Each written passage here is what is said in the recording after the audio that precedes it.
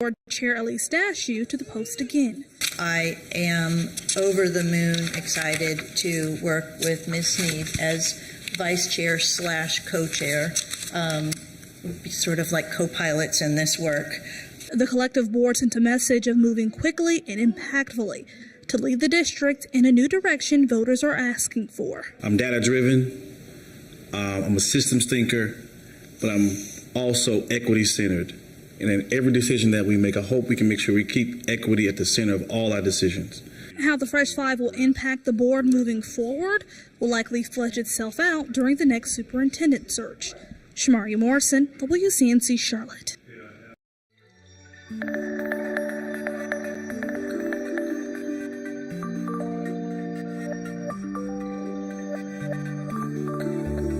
Breaking right now, just into the newsroom, an update in the CMPD officer trial. Moments ago, the jury found Philip Barker guilty of misdemeanor death by vehicle. You might recall he was accused of hitting and killing a pedestrian, Michael James Short, 5 years ago while on the way to a police call.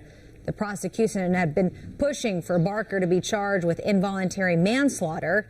Our Lexi Wilson is in the courtroom and will be giving us updates starting at 4. Former Vice President Mike Pence making a stop in the Queen City today. He spent his afternoon at the Billy Graham Library signing copies of his new autobiography, So Help Me God. The book highlights how his Christian beliefs helped guide him through life and the decisions he made serving as U.S. Vice President.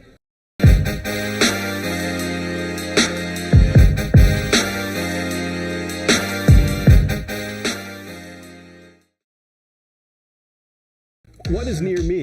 If you see breaking news, just open the WCNC News app and go to Near Me on the bottom right. Tap Share with us, upload a photo or video, and tell us about what you saw. Hit Submit, and once you see success, your news has reached WCNC Charlotte. And as we talk about spending here, Bank of America is working to help people struggling with managing their money. The company is offering free financial counseling in 17 cities, including Charlotte. This is a partnership with Operation Hope, which is a financial literacy nonprofit. The program is designed to help people build savings, reduce debt, and improve that credit score. You can find a link to sign up for this on our website, WCNC.com. Well, homeowners delinquent on their mortgages are shouldering added stress from a pandemic program that's supposed to provide relief. In the first 9 months of its existence, the North Carolina Homeowners Assistance Fund has struggled to pass along timely financial help. Wake Up Charlotte's Nate Morabito discovered the process is even slower today than it was, say, 6 months ago, with most of those approved still waiting on money. That is, thousands of struggling homeowners are left asking, where's the money? The agency in charge has asked for patience time and time again. The executive director told us he's frustrated by the delays, too. When memories, It was me, my mom, and my daughter on Christmas. are the only pictures of your happiest times, Just spending time together. the house responsible for those moments means everything. That's like the top of the list of my worries, really. Losing my home. Lawan McAlilly inherited this house from his mother last year after she passed away from COPD and COVID-19. But when COVID left him sick, the barber couldn't work, so he applied for mortgage help in May. I didn't think it was going to take so long. By early November, the NC Homeowner Assistance Fund still hadn't delivered. Just concerned. Just wish they'd tell me something. Several others have told us more of the same. I've never needed assistance before. The one time I was like, I need it. Please work. Homeowners like Ashley Arnold, desperate for reassurance the lengthy delays won't cost them their homes. Some of the things would say you'll hear back within 3 to 5 days, and it would be multiple months. The average turnaround time is now at 78 days, much longer than the North Carolina Housing Finance Agency planned when the state launched the program in January. If you were to grade your timeliness, what grade would you get? I would probably grade it as satisfactory, but needs improvement. I think it's working well in some cases, but not in all cases. Executive Director Scott Farmer says while the agency significantly reduced the number of people waiting longer than 100 days in recent months, some loan companies continue to hold things up, hurting the overall timeliness of payments. We're working to improve it at all times, but it's frustrating for all parties involved. Farmer says even if it takes months for the money to arrive, once approved, the hope is loan companies will protect homeowners. Urged at that point to hold off on any foreclosure efforts, a message the agency is working harder to communicate to those impacted. In those cases when this brought to our attention, we're quick to step in and try and fix it where we can. We found sometimes just a little push from us makes all the difference. We advocated on Lawan's behalf, and within hours, more than $5,000 in mortgage assistance was on its way. Long-awaited money that will strengthen his foundation and help him picture new memories inside his cherished home. For Wake Up Charlotte, I'm Nate Morabito. When it comes to WCNC's chief meteorologist Brad Panovich, our viewers tell the whole story. Hey, if you're new to the area, this meteorologist is awesome. I always stick with Brad Panovich when it comes to severe weather. He's rarely wrong. You should follow Brad if you don't already. He's usually right on the money with his forecast. I don't look at anything else besides what Brad says. We are fortunate to have him here. Brad Panovich. Experience the difference with WCNC Charlotte weather. A Charlotte area nonprofit is celebrating a major success and a major milestone. Big Brothers Big Sisters of Central Carolinas pairs at-risk youth with mentors.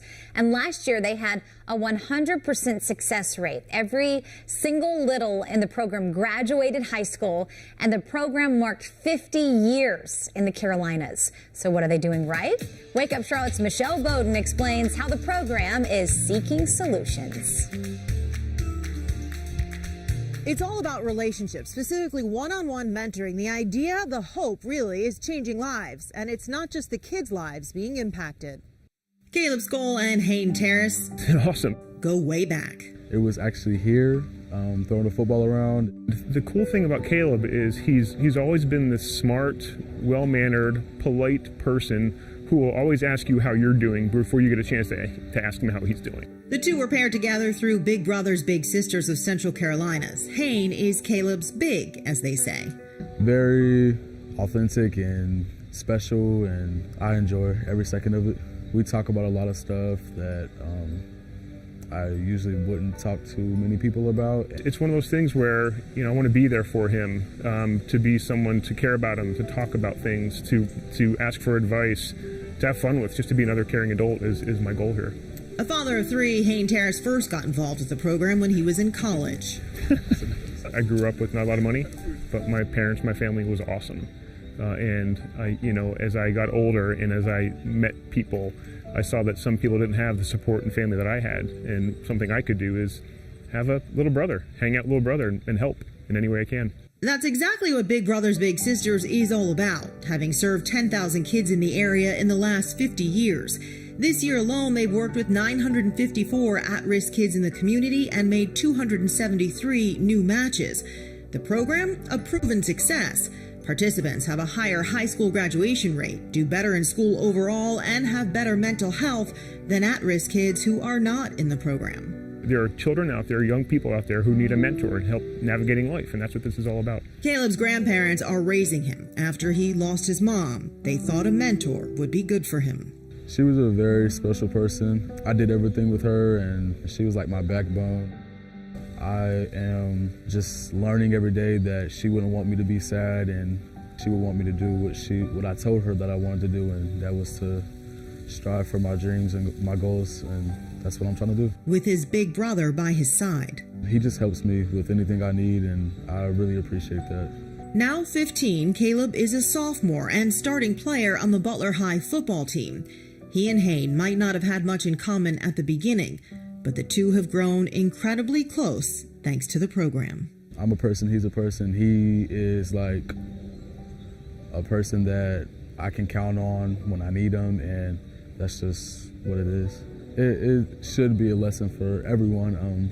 It doesn't matter the race, doesn't matter the sexuality, it just matters the genuineness between you and that person. If you're interested in being a big brother, a big sister, or even a little, we've got all the information you need. It's on our website, WCNC.com. Reporting in Charlotte, Michelle Bowden, WCNC Charlotte.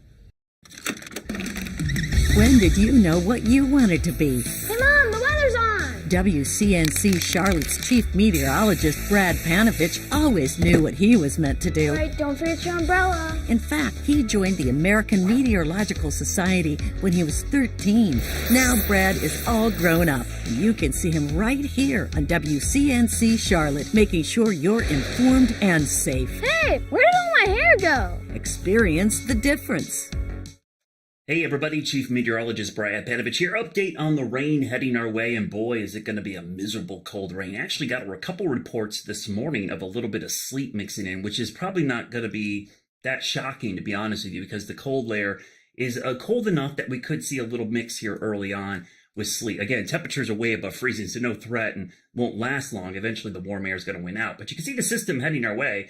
We've got a pretty strong northeast wind. The high pressure kind of wedged in is supplying some cool air. So it's cool enough to keep it chilly, but not enough to make wintry weather, except maybe the eastern facing slopes of the mountains, where I wouldn't be surprised late tonight, tomorrow, we see a brief mix, maybe some icing up there. Let's go in closer, and I want to show you temperatures real quickly, just to show you how cold it actually is out there, because temperatures are really chilly across here. Let me turn off the large font, and you can see most of these temperatures are in the low to mid 40s. So this first couple batches of precipitation moving in, it's not going to be unheard of that we see a little bit of maybe some sleet mixing in with the rain, but eventually it's just going to be all rain as this mess heads our way. So let's look at the future cast. Ocean influences climate change, how a warming world affects lakes, rivers, and reservoirs, and how communities can help better plan for disasters like floods. SWOT is a joint mission between NASA and France's space agency CNES, with contributions from the UK and Canadian space agencies. To tell us more about this mission, we have a distinguished panel gathered here for you. To my far right over there, we have Karen St. Germain. She's NASA's Director of Earth Science. Next to her, Tim Dunn, Launch Director, NASA's Launch Services Program. Julianna Scheiman, Director of SpaceX's Civil Satellite Missions. Parag Vaze, SWOT Project Manager, NASA's Jet Propulsion Laboratory. Thierry Lafon, SWOT Project Manager with CNES. And Captain Max Rush, Launch Weather Officer, U.S. Air Force. Now, each will deliver some opening remarks, and then we're going to take questions from reporters. Anyone in the room here can raise their hands, and those on the phone, they can get into the question queue by dialing *1. Those on social media can post their questions using hashtag AskNASA. Okay, so with that, Karen, go ahead and kick us off. Great. Thank you, Megan. So many people don't know that the planet that NASA studies the most is our home planet, the Earth. And in the video, I think we're going to show here in just a minute, we have a fleet of 25 missions that today are looking down at the Earth, trying to understand how the Earth works as a system, and observing ice and water and land and the atmosphere. So we're anxiously awaiting the latest addition to our Earth science fleet. This will be the SWOT mission that will be launching tomorrow morning. So Earth is a water planet, and SWOT will bring us a revolutionary advance in our understanding of how water moves around our planet. And it starts in the oceans, it gets delivered to land through the atmosphere, and eventually returns to the oceans. That's the water cycle. And as our climate is changing, the water cycle is amplified. So SWOT is going to give us a very high fidelity understanding of how water is moving around the planet. We're building, of course, on a 40-year partnership with CNES in advancing the technologies, and again, with contributions from the UK and Canadian space agencies. And this new technology will give us 10 times improvement in the fidelity, the spatial resolution, in our measurements of water height. This is important because as the climate warms, oceans are rising, our coastlines are changing, and we're seeing large fluctuations in inland water bodies, lakes, reservoirs, and rivers. From a scientific perspective, the measurements from SWOT will help us really understand how this water cycle is changing and the critical role the oceans play in climate change. From a user perspective, and this is one of the things that we're most excited about, the data from SWOT will inform communities around the world, from water managers and agriculture producers inland to coastal communities who are dealing with increased risk of flooding and disaster planning and preparedness. Another exciting thing about SWOT is not just what we're doing, but how we're doing it. We will be sharing the data from SWOT broadly and freely to people around the globe who can use it to inform their decisions. And this will happen just a few months after we are also building tools to help people make best use of the data. So really exciting mission, incredible advances in science, and we just can't wait. Megan. So we can't wait to see it launch. And with that, why don't we go to Tim? All right. Thank you, Megan. So I'm proud to be here today representing the women and men of NASA's Launch Services Program. And I'm also very proud to be the NASA Launch Director for this incredible mission, SWOT. I'm very excited to be a small part of a very amazing team that's represented here today. SWOT is the 6th NASA science mission that we will launch on a Falcon 9 rocket, and it will depart Earth from historic Slick 4 here at Vandenberg Space Force Base. I would like to recognize the 9 SWOT launch team, SpaceX, NASA, CNES, Thales, and the U.S. Space Force's Space Launch Delta 30. This assembled group of professionals is exceptional, and I would like to take a moment to give you guys a peek behind the curtain. So we represent each of our organizations, but if you guys could see what goes on behind the scenes with the teamwork involved, with working with Karen's team at headquarters and Parag's team at JPL, and then obviously Julianna represents an incredible launch vehicle team at SpaceX. It's just amazing how we're able to bring all of this together, this SWOT capability to all of us here on Earth. So we get to see that every day in what we do, but I just wanted to have a moment to share that with you guys. And one other personal item, I'm the launch director for this mission, but I by far don't do it alone. I have an incredible team from LSP, but there's one individual that this will be his last LSP mission, and that's our LSP senior launch director, Omar Baez. And Omar, I know you may be out there watching.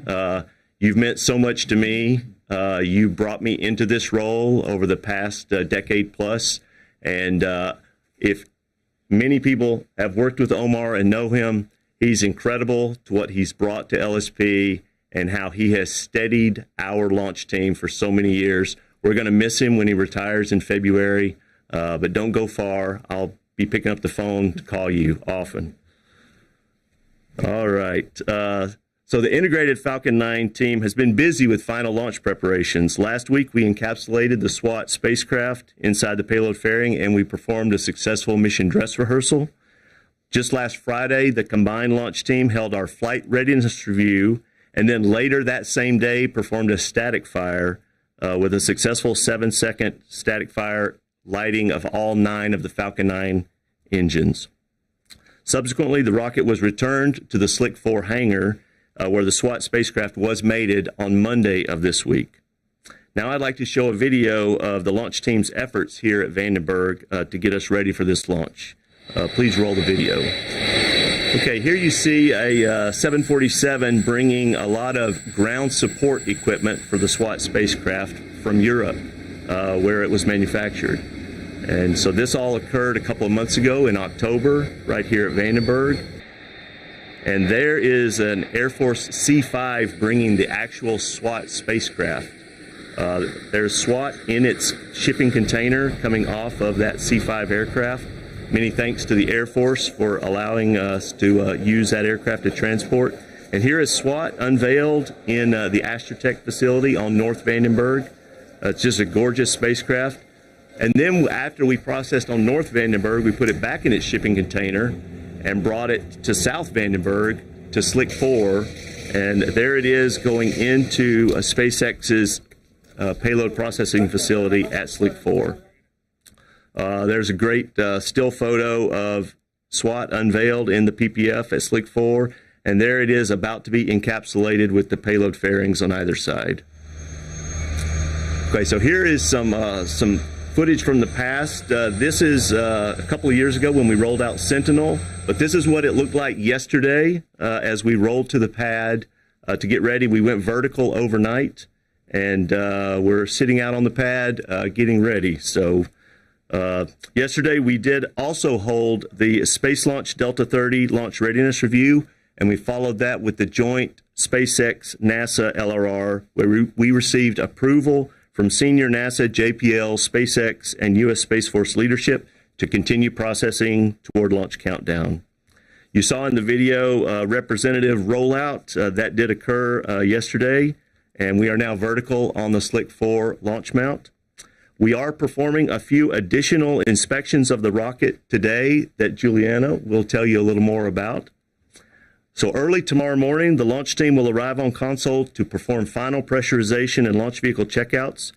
The launch team will be polled around 3 a.m. Pacific time for concurrence to load the Falcon 9 propellants, RP-1 kerosene, and also densified liquid oxygen into the Stage 1 and Stage 2 tanks. After a series of final launch vehicle checks, we will be ready for our targeted T0 and launch at 3:46 and 47 seconds a.m. Pacific time Thursday morning. To summarize, the Falcon 9 rocket and SWOT spacecraft are ready, and the launch team is prepared to launch this very important global water survey mission. Back to you, Megan. Tim, thank you so much. Okay, Julianna. Thank you. Thank you all. First, I want to start by thanking the whole team here, similar to Tim. It's an honor to be here today with the NASA headquarters team, the NASA Launch Services Program team, the NASA JPL team, the French Space Age, the CNES team, and Space Launch Delta 30. So it's an honor to be here today with all of you. As Tim mentioned, we successfully completed a static fire test on Friday evening. After that static fire test, many of you may have seen there was a bit of some weather in California. People often think about rain in Florida, but not so much rain in California. But here we are, and Californians were happy with it. But as part of the standard checkouts we do on the launch vehicle, we check to confirm there isn't any moisture intrusion in the engines on our vehicle. As part of those standard checks, we did see on 2 of our engines a signature that there is some moisture in 2 of those engines. What we're doing in partnership with the NASA Launch Service Program team, we are working to confirm what fluid is in those engines, if it's water from the storm or another fluid. So if it is water from the storm, we will work in partnership with NASA to prepare for launch when we're in a position to do so tomorrow morning at 3:46 a.m. likely. If it is something other than water, we would need to stand down on the launch and remove and replace those engines to ensure that we launch reliably. So that's a little bit on the issue that Tim mentioned. After a successful liftoff of the SWOT mission, we will be recovering the first stage booster. So for those local on the Central Coast, did want to let you know that you might hear a couple sonic booms quite early in the morning. So yeah, excited about that. Hopefully it doesn't wake you guys up too much. And I just wanted to say on behalf of all of the SpaceX team, we're really, really proud to support so many of the NASA science missions, especially SWOT. We have such a long partnership with the JPL, the CNES, and the NASA team, and we're really proud to support such a cool science mission like SWOT. So thank you very much. Julianna, thank you so much. We will now transition to the spacecraft team, as Julianna had said. So Parag, why don't you take it away? Sure. Thanks. So I'm Parag Vaze. I'm with JPL. I'm the project manager for SWOT and have been the project manager since day one. It's a long time coming. I think we've been developing and working on the concept for almost 20 years. And NASA, as Karen describes, takes on challenging missions. We take on challenging missions to solve global problems. And water is one of those global problems, and water unites all of us. And between the U.S. and Europe, we have been working on this concept for more than 20, 30, 40 years, as Karen said. So SWOT is the culmination all of those efforts from our scientists, engineers, and management teams really working together to be able to form this mission and bring it to reality. So it's a long journey that we come up against, and now the last part of it, frankly, is actually the development preparation of the satellite, although that has had its share of challenges, which we have worked together between the U.S. and French team to solve every step of the way to get to this point today. So I want to show you, kind of illustrate a little bit of that. Maybe if you can put up the first graphic of our more recent journey. You can see that we started the development of the I would say core part of the scientific portion of the spacecraft, which we call the payload module. In the U.S. with contributions from the CNES and UK Space Agency and the Canadian Space Agency and at JPL, where we integrated the full payload. But that was the start of its journey. We developed it, tested it, and then we actually packaged it up, shipped it to France, and then continued its journey. You can see in this graphic on the bottom left, Tim showed us arriving, but even well before that, we made our journey to Europe first, and then spent about 14 months in Europe at the facilities of Thales Alenia Space, actually putting together our contributions, and CNES has thankfully contributed what we call the spacecraft bus or spacecraft platform that was put together.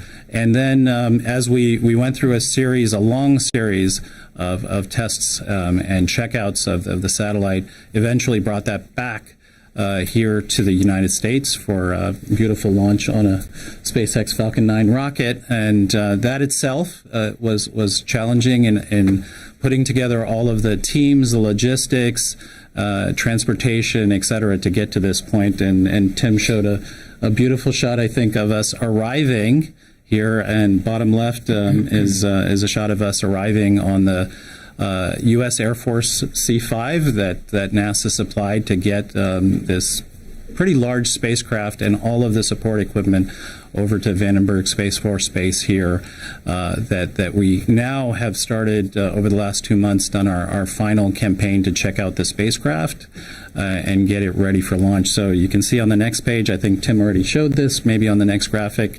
the satellite in its final configuration just before we said our goodbyes. In wishing it well in the encapsulated fairing of the Falcon 9. The spacecraft has been checked. It's in good health, and we just finished some last checks during the night, and we're really looking forward to continuing its journey off into space and really making the first part of the realization of SWOT, which is really getting up into launch in orbit and starting to produce that important data, which we expect is going to be transformational in many different fields, and really develop that next generation of measurements and information ultimately to help solve our global societal problems that I know Karen is dedicated towards helping support. So I'm going to continue maybe and hand it off to my partner, Thierry Lafon, and he'll talk a bit more about that journey and more details on the spacecraft. Okay, thank you, Parag. Same as Parag, I've been working and I've been lucky to work on this mission since day one. That's unique. And Parag and I, we pretty well know every detail of that mission, the hardware, the mission, the operations, and so on. So let me give you some information about the payload. The first slide will show some of the instruments on board the satellite. So the payload basically is comprised of two parts. The one is the what we call the nadir payload, which is a classical nadir suite of instruments that have been already flown on other altimetry mission, but comprising a radar altimeter. We see here, we see some pictures, the Doris system, which provides accurate information about the satellite position in space, which is of prime importance, of course, to determine the water height. And the main instrument of the mission, which is, of course, the carrying instrument, the breakthrough instrument that will help providing these brand new data that we are all expecting. Carrying is a unique instrument, is a wide swath radar interferometer, and it's probably the flagship for a new generation of altimeters in space.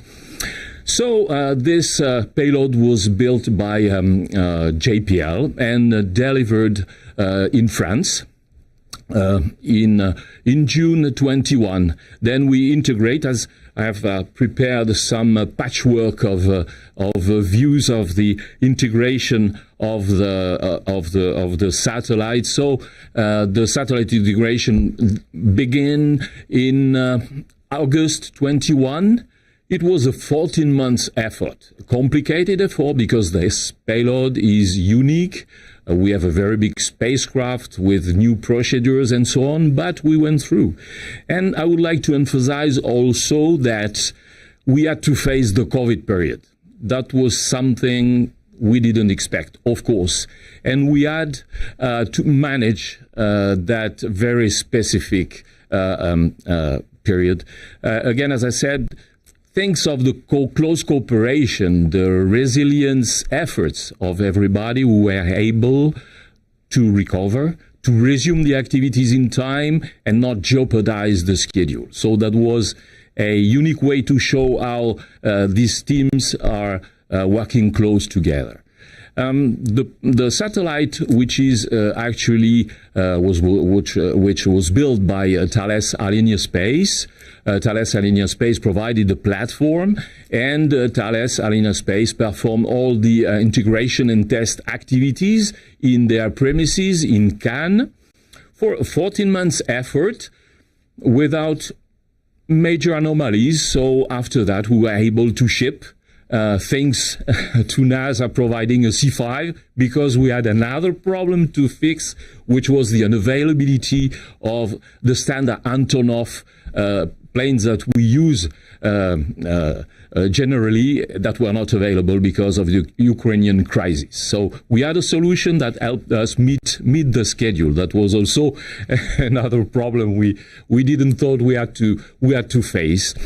After that, we came to the pad and do our own activities. Everything went okay. We did all the checks, and the spacecraft is ready to go today. And at this point, I'd like to emphasize also that, okay, we'll send the spacecraft in space. It will be a small journey for it. And then we have all the teams in Toulouse that will take over the responsibility of that baby, a newborn baby in space. And I'm sure the 100 of people that have worked, as you can see on the next slide, people in the main control room are working day after day to make things, of course, the smoother as it is possible for the next 7 days. We have the first 7 days that are very critical to get everything set in place. And of course, we are starting for 3.5 years of operations and providing the whole world a new set of unique data for a better understanding of our climate change impacts. Thank you so much. It's exciting to see what you guys will hopefully soon accomplish, so that's wonderful. Okay, and last but not least, Captain Rush, we had some stormy weather this past weekend. How are we looking for launch? Yeah, we're looking great. As you mentioned, the weather was pretty bad this past weekend, and after that, we've seen a nice call. This mission in particular, it obviously affects my career field directly, so we're really excited to be here and to help this mission along and into space. So if we can bring up the satellite shot, I can show you what we're looking at right now. As that storm has moved past, we are pretty clear looking out there right now.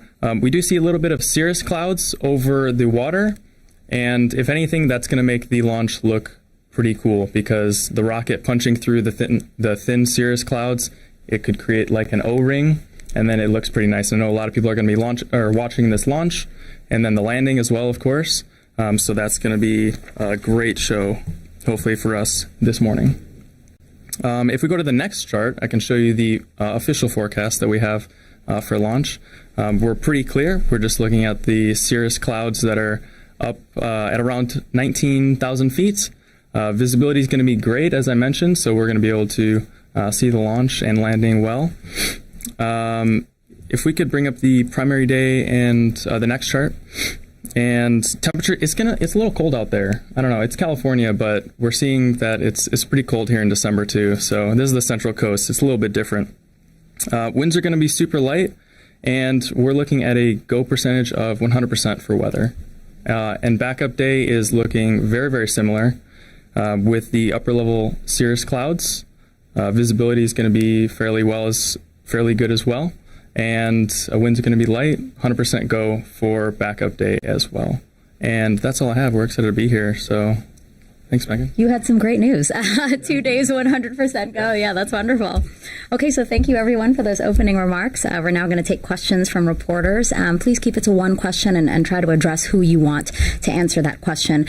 For those who just joined us in the room, raise your hand whenever you're ready to ask a question. Those on the phone, remember, you have to get into the question queue by dialing *1. And then those on social media, your hashtag to use is a hashtag #AskNASA. Okay, so let's start with one on the phone. We have Stephen Clark, Spaceflight Now.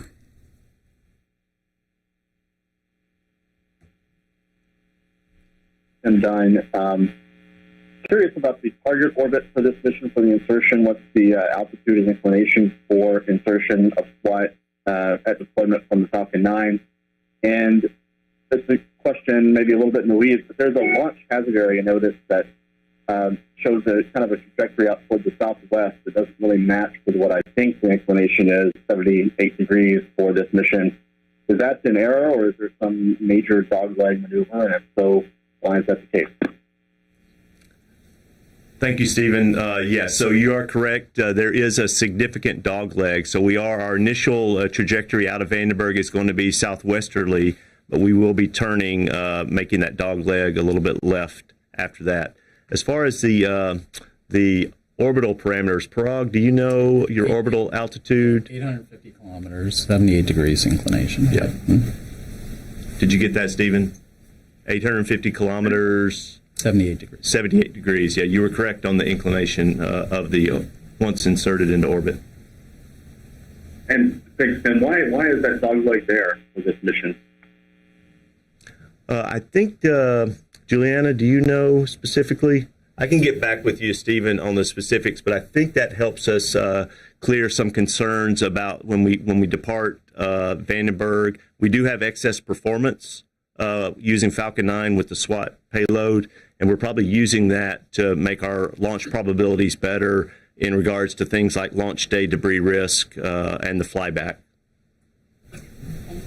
The next person on the phone is Mike Wall, space.com. Thank you all for doing this. This would probably be for Karen. Could you just talk about are there any kind of satellites in NASA's stable of Earth observation missions that have a similar capability to this, of what SWOT can do, or is this something that's really brand new and is going to provide like an entirely new data set for you guys? Thank you. Yeah, thank you for that question. So we've been doing satellite altimetry, measuring sea surface height for 30 years, and that's a big part of the record we rely on to understand climate change, for example. But what SWOT will do is give us a tenfold improvement in the fidelity, the spatial resolution of our measurements of water height. So, excuse me, if you think of normal satellite imagery, tells us where the water is. An altimeter tells us how high it is, and so we know how much water is there.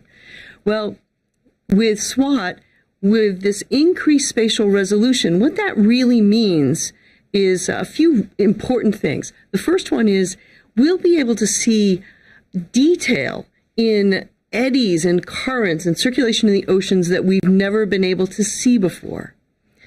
Along our coastlines, because we have that fine spatial resolution, we'll be able to see changes along our coastline that are happening because of rising seas.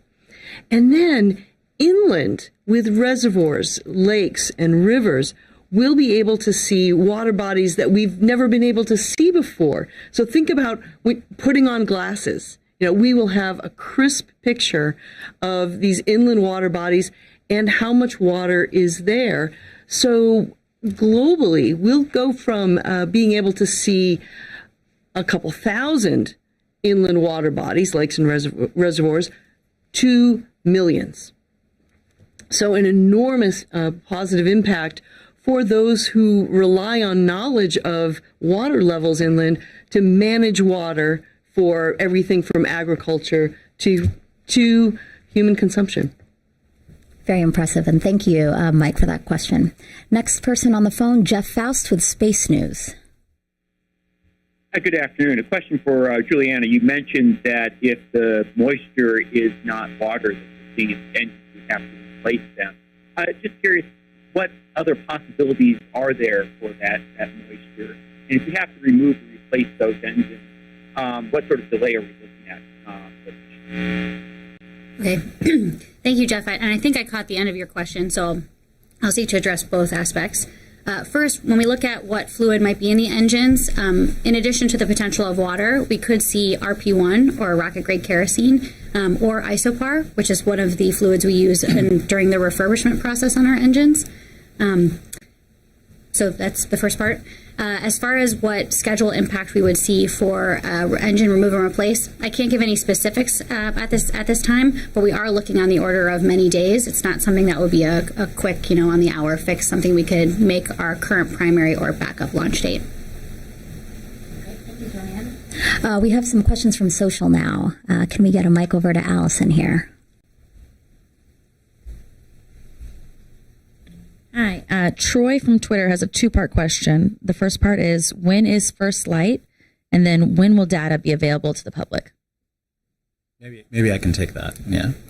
So, as actually Thierry was describing, the SWOT science payload has our brand new Karen instrument, but also has other traditional altimetry instruments that we've flown on past satellites, as Karen mentioned. So there's an heritage portion that we know quite well, and we know how to commission it well, and we know how to produce the data pretty well.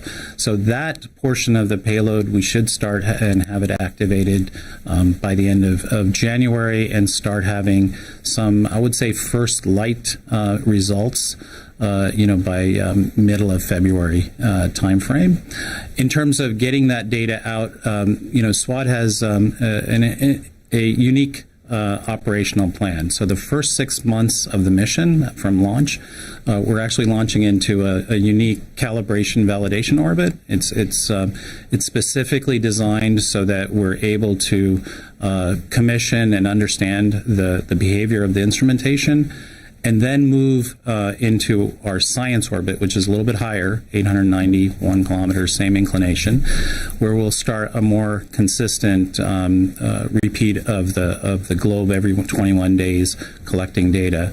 The reason I mentioned all of that is because we'll actually start our science mission about 6 months after launch, and we'll start producing products from that period forward.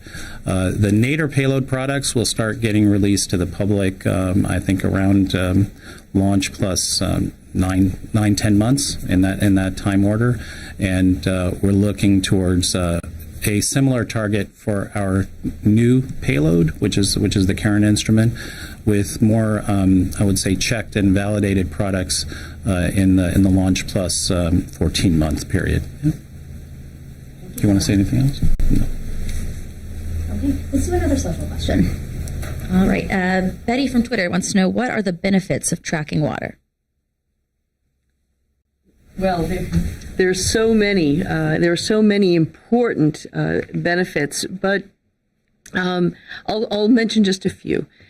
In our coastal communities, Actually, let me back up a step. So one of the things that we're seeing with the warming climate is an enhancement of the water cycle. And that generally means that in many places that have water, they're seeing even more. And in many places that are drier, it's getting even drier. So in those areas where too much water is a problem, SWOT will help us understand how that water is moving and get better at predicting when there may be inundation, whether it's flooding in a coastal community from a storm surge or vulnerability to flooding due to severe weather inland. In areas where the climate is getting drier, there managing water as a resource is the challenge. And so these very high fidelity measurements of how much water is in the reservoirs and lakes and rivers can be a really critical piece of information for smart management of water, whether that's for food production or, again, just to support local communities. Water is an ever-changing resource, and it's one of our most important resources, so it's important to track. Let's go back on the phone now. We have Stephen Clark again. He has a follow-up question. I think my question is for Parag. I think you answered some of it about the commissioning, but can you talk specifically about the early days of the mission, how that timeline will play out with first acquisition of the signal and then also critically the deployment of the antennas? Well, maybe what was your question? You want to know more about those first few days? Yeah, I think you wanted how that timeline will play out. Okay, I'm sorry.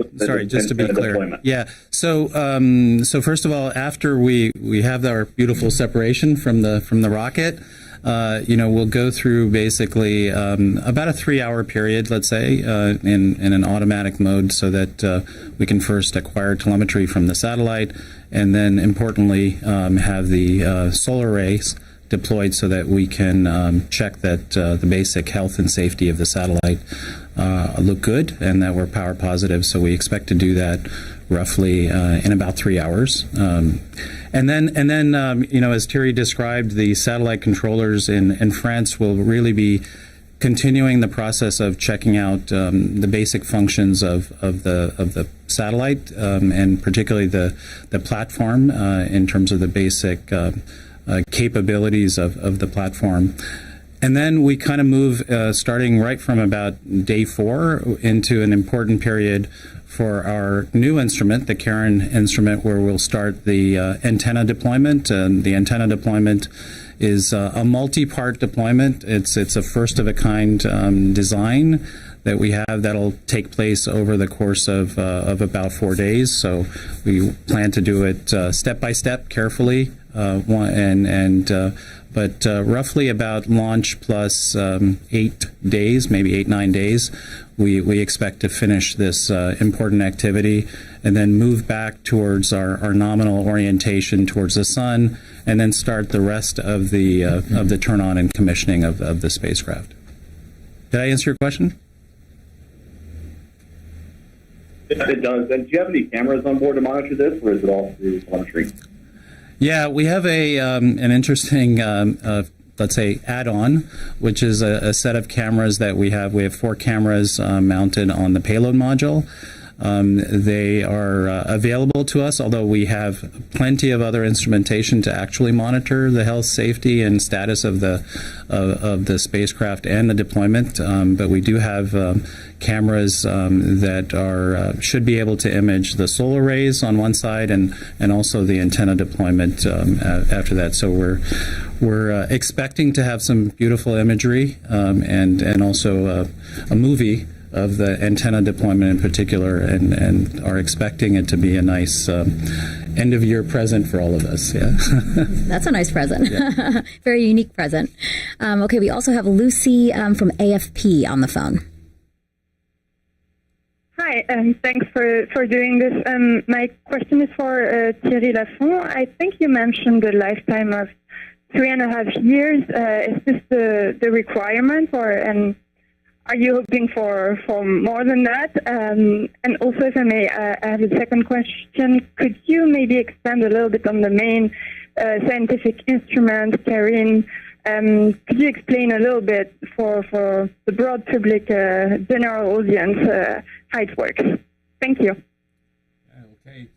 So for mission duration, of course, every time we launch a mission, we have to specify a mission duration. Here it's 42 months, of course, but everything on board has been really taken care of. And I can give you an example. The platform that has been designed by Thales Alenia Space is built against 10 years at least on orbit. So, of course, our system will not limit the lifetime of SWOT. And if everything is okay on board, certainly there will be an extension of the mission. 5 years is completely reachable, and many more years, as we've been doing since 30 years on our mission, that achieved more than around 10 years every time. So I can guarantee that we'll be able to make a long mission, because we need this data for a long time. With regard to the payload, as we said before, we have a classical nadir suite of instruments, which is the same as we use on the JSON series, on Sentinels, and the various Sentinels that provide the same measurement, like the Doris instrument, precise orbit determination, the radiometer, which provide corrections of the water contents of the atmosphere, so that we can correct the radar signal that is sent to the ground.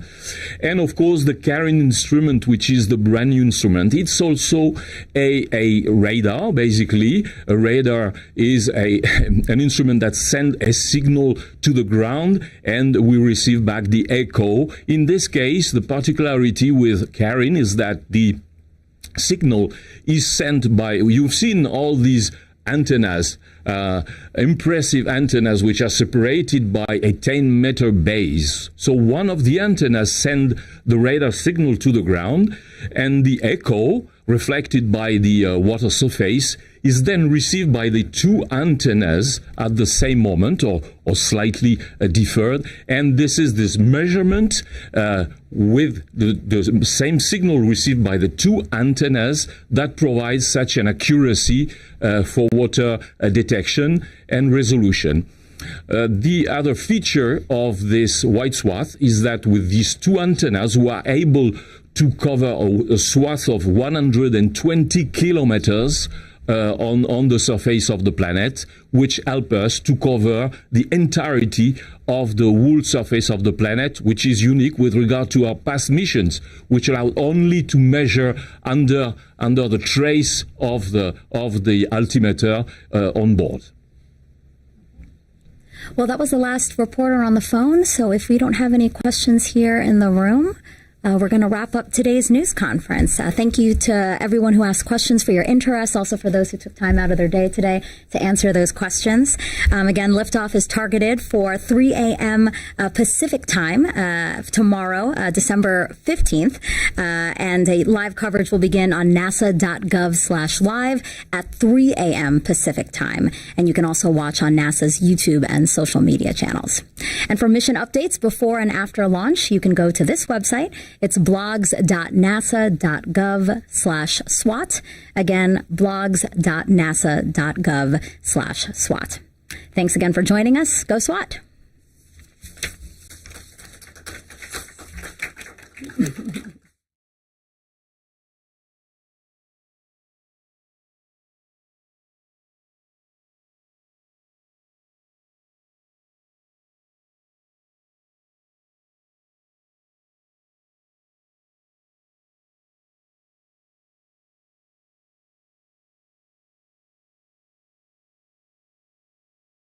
There is orange soil. Well, don't move it till I see it. Hey, it is! I can see it from here. It's orange. Wait a minute, let me put my visor up. It's still orange. Sure it is. Crazy. Orange. I've got to dig a trench, Houston. Mission and liftoff. Touchdown confirmed. Hello, United States. To explore every phase of Park's history.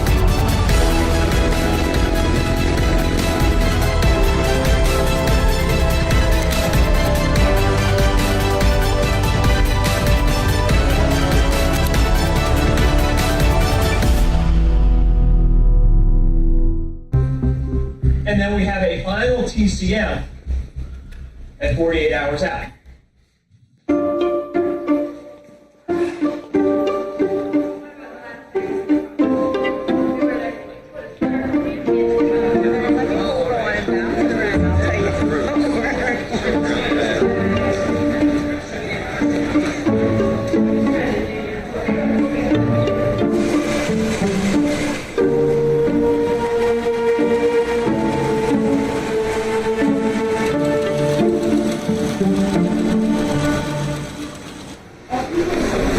They tell us these only weigh 40 pounds, but they feel like 100. We are building airbag systems to cushion a rover that's going to Mars.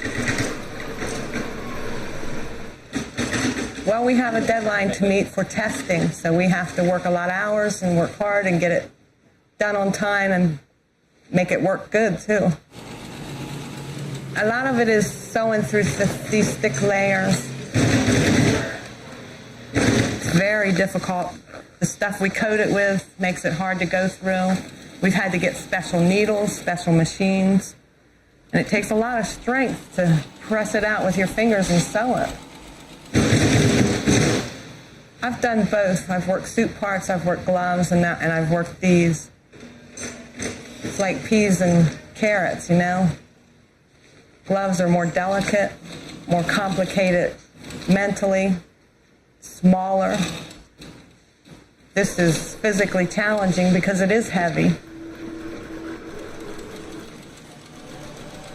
We have a lot of questions because in the whole time you're building it, you're wondering, is this going to be right? Is it going to be okay? Is it going to work? You can't imagine the joy. We were jumping up and down when Pathfinder landed and was successful, and that's what we want to bring into this. How would you feel if you knew that something you have actually worked on and touched every day was on Mars? Our names are on Mars because we got to sign the lander panel of Pathfinder.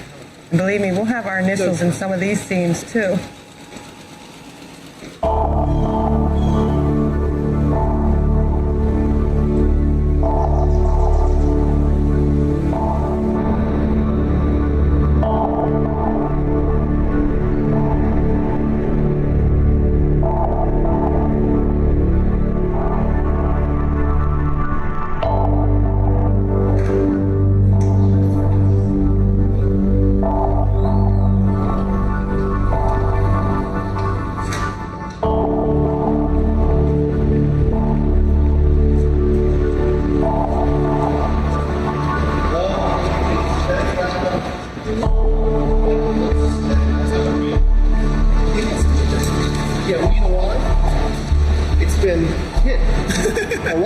Seriously, no. These things lose a little of their edge.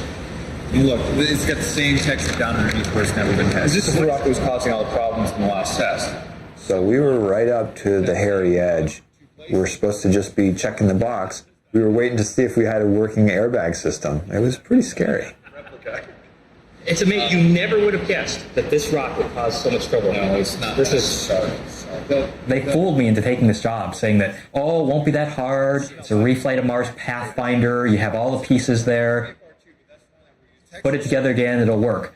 And every single last darn piece on that entry descent landing system had to be redesigned, sometimes almost from scratch. So we're using the replica drop for this first drop.